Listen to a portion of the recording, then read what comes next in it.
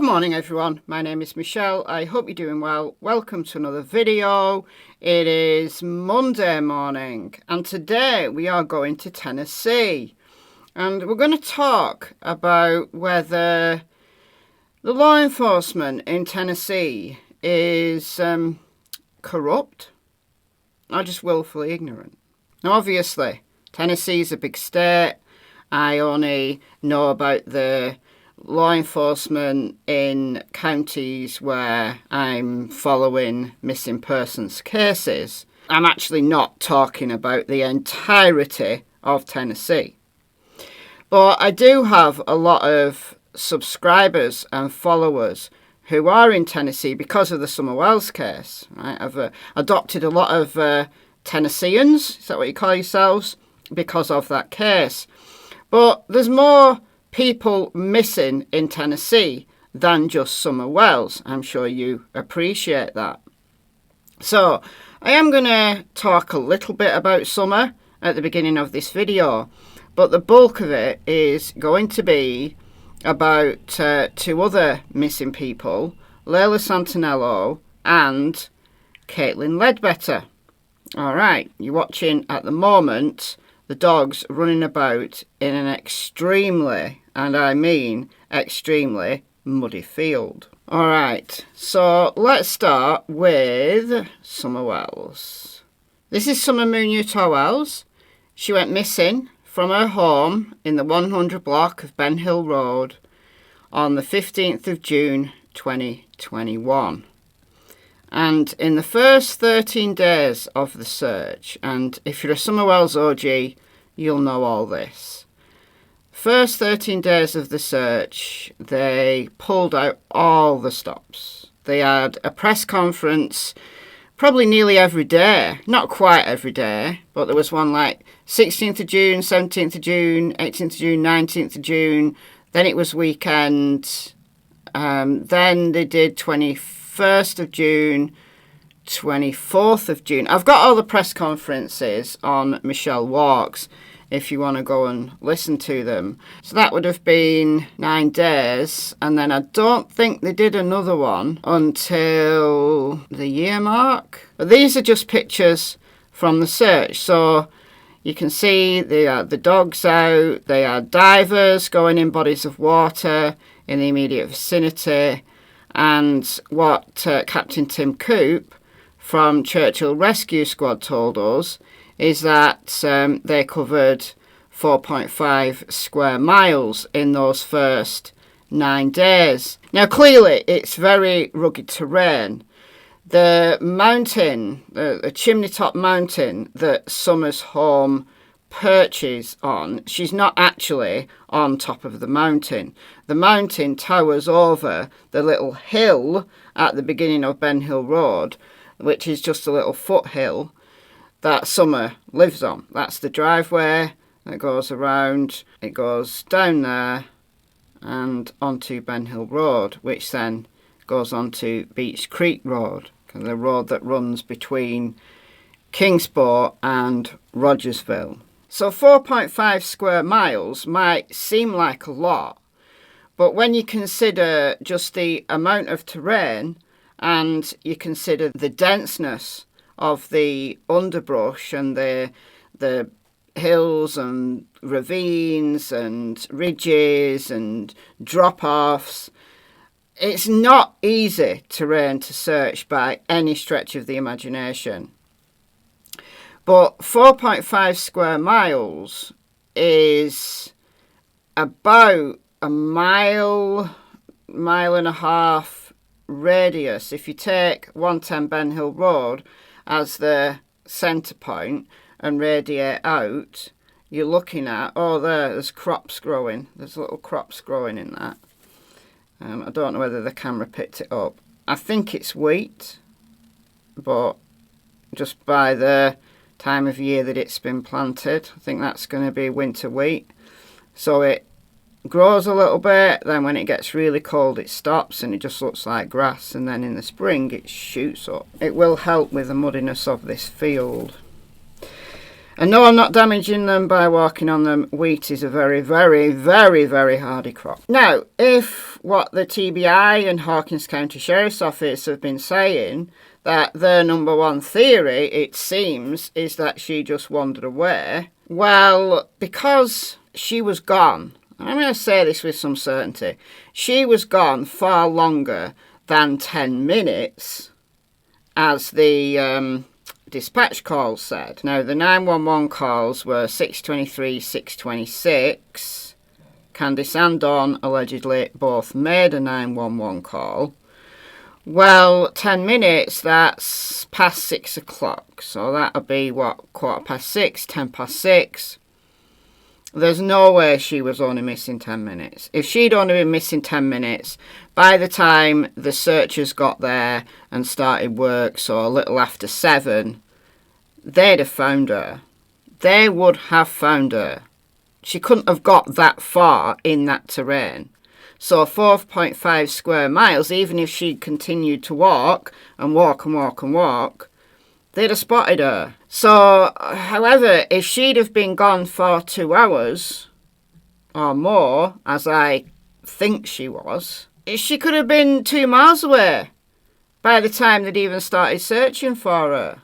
And yes, Don and Candice said that she wouldn't wander away, she wouldn't go off the hill, but there's other reports that she actually did go off the hill. Kids do the darndest things. So if the TBI and Hawkins County Sheriff's Office were so certain that she'd wandered away, that was their number one theory, why didn't they widen that search? And I understand that there's financial implications, but the TBI Newsroom says here, how many ground searches have been conducted? 3 large-scale searches have occurred. Dozens of other targeted searches have been conducted over the last year as a result of investigators following up on leads. So this was written 15th of June 2022, when Summer had been missing for a year. It wasn't 3 large-scale ground searches. It just wasn't 1 large-scale ground search where they did 4.5 square miles. But then they came back November, December and did another couple of days.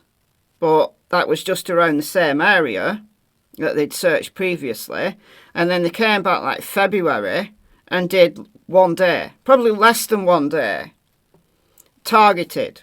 Now, they might have done other searches when people call in tips, like they recently went to Fred Hill's property because there'd been some hoo-ha about Fred Hill's property. They went there and had a look. But my point is, here, all of these searches, so aerial searches, water searches, dog searches, all good stuff.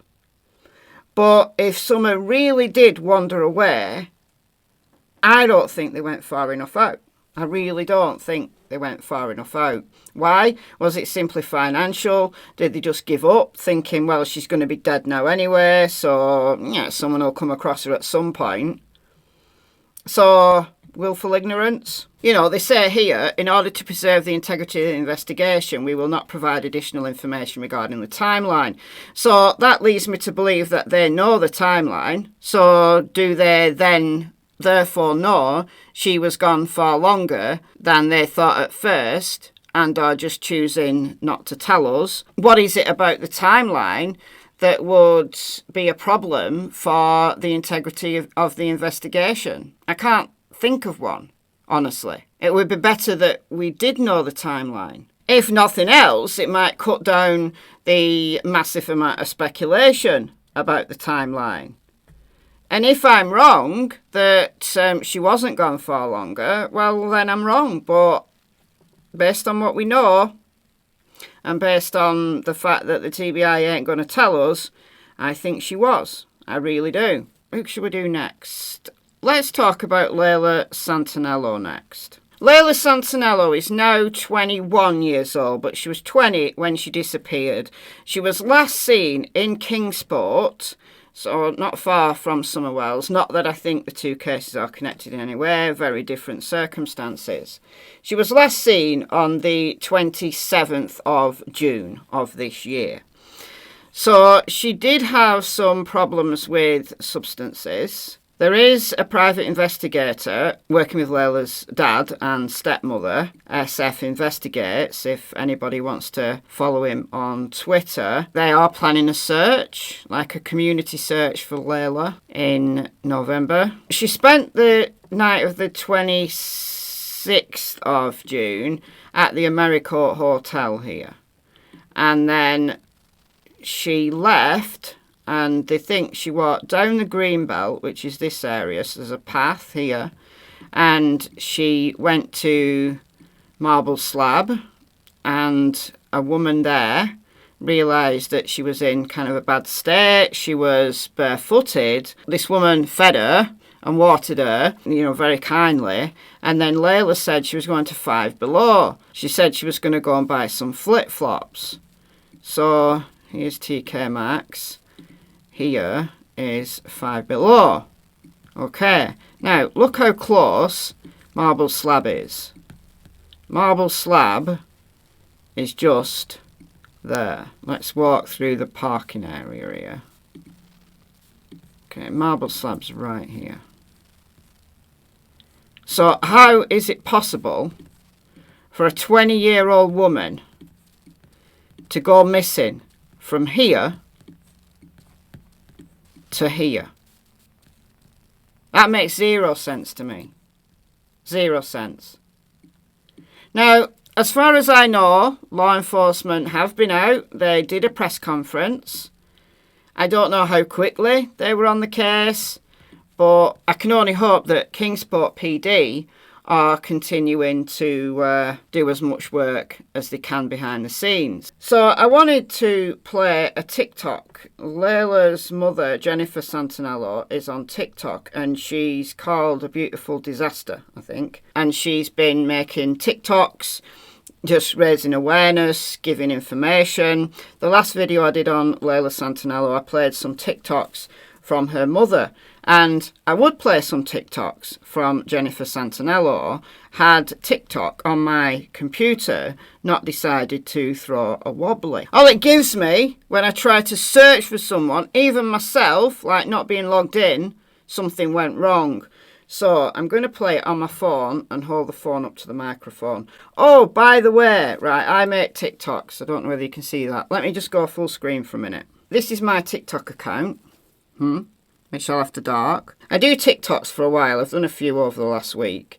And then I forget about it. And then don't carry it on. So I need more followers on TikTok. If you're on TikTok, I'm doing TikToks. But have you seen this? It says community guidelines violation. They removed my video on John O'Keefe's injuries very soon after it was posted, because it broke their policy on suicide and self-harm. Even YouTube haven't removed it. I put my TikToks as YouTube Shorts, and I put this one on, Michelle Walks, and YouTube are fine with it. It was the dog bites. I'm going to tell you they were dog bites. I made a video about the dog bites on Michelle Walks, but yeah, I put the TikTok that I made yesterday on Michelle Walks, and it's even monetized. They've not even demonetized it. So I don't know what to tell you about TikTok. Alright, so I'm going to find Jennifer Santanello. Okay, so I'm going to play you a little bit of this, and I'm going to hold this up to the microphone, which is just there. And this is Jennifer, really vulnerable, really upset. This is from, where does it tell me when it was posted? Oh, 10/8, so 8th of October.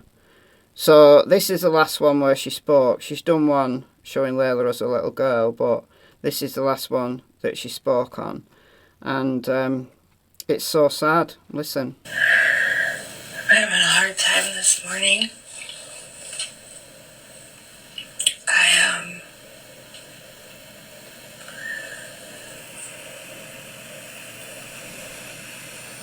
wrestling with my emotions, I guess.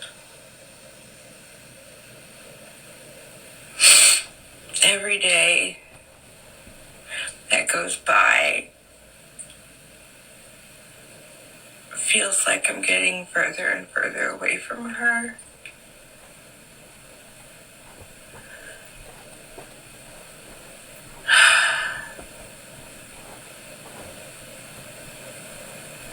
I'm trying really hard to live for the kids that are here. Make life as normal as possible for them. Smile and laugh. It is desperately sad how a grown woman can disappear in a parking lot. She must have got in a car, she must have done. But it's tearing her family apart, and somebody must know something. Somebody knows something. They really do. It's tearing her entire family apart. They are heartbroken. And Jennifer putting that online, it breaks your heart. It really does. To try to just carry on, to smile and laugh because of the children that are still there. And I'll just come back to somewhere else for a minute, because people have hounded Candice, really badly hounded Candice, for going out, taking the boys out before they got taken by CPS, for smiling and laughing and just trying to live.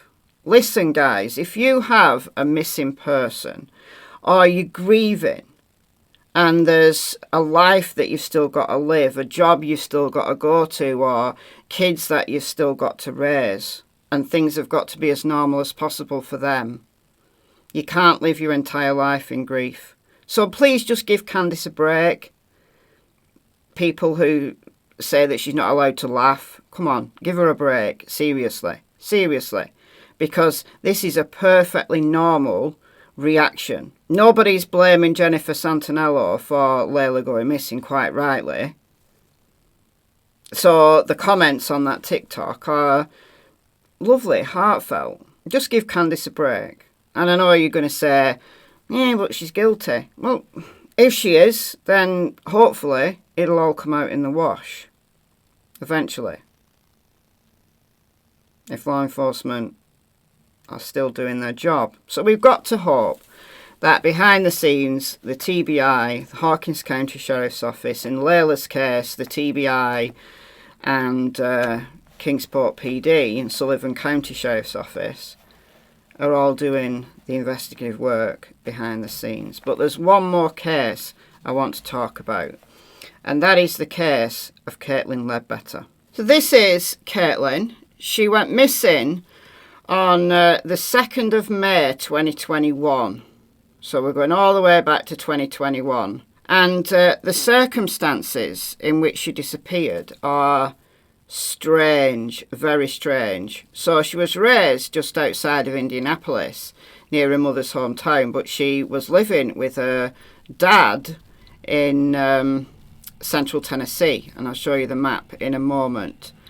So it was early in the morning, roughly 5 a.m. on May 2nd, 2021, when Scott Ledbetter, Caitlyn's dad, last saw his daughter. Scott told the police that Caitlyn had gotten into an argument with his girlfriend before she exited out of her bedroom window and was never seen again. She was barefoot, wearing only pyjamas, and she walked allegedly into a heavily wooded area surrounding the home and vanished.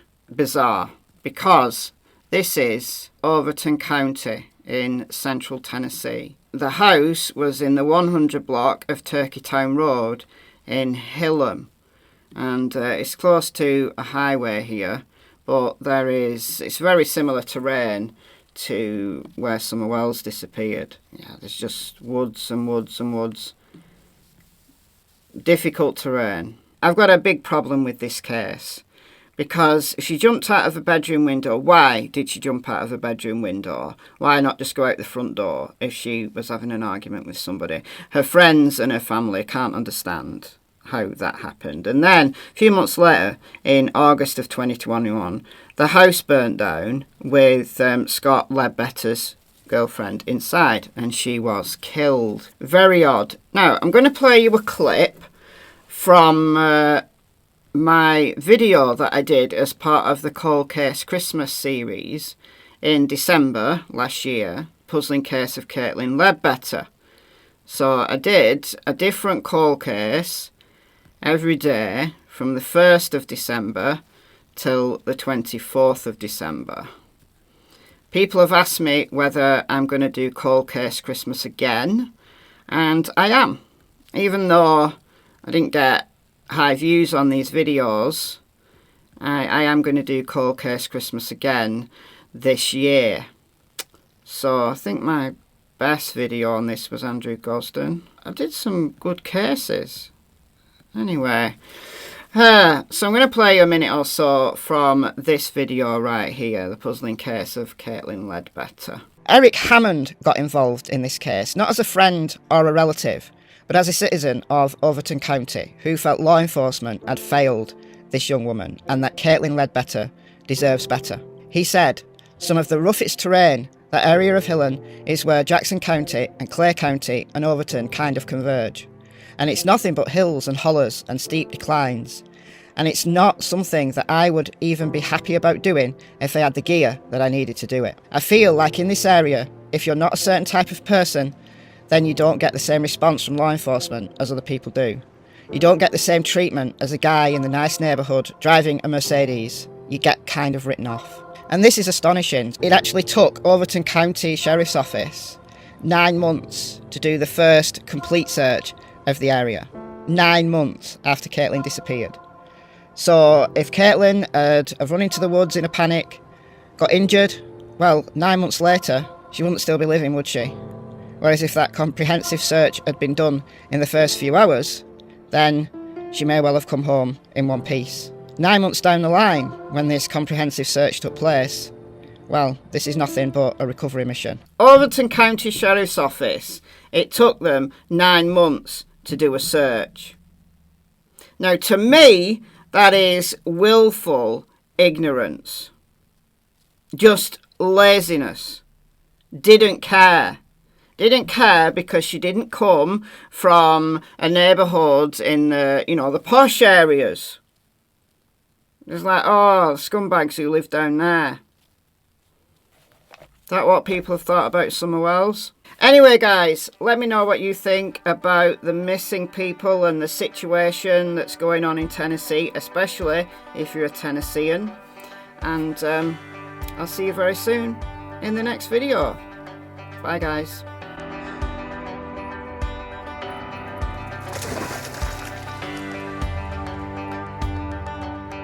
Tilly, come here. Tilly. Tilly. Tilly.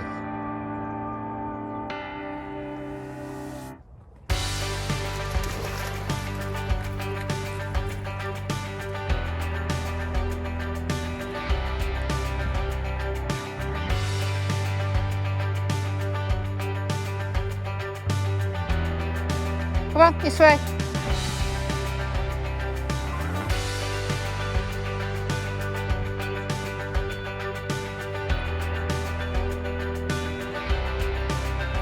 Good girl.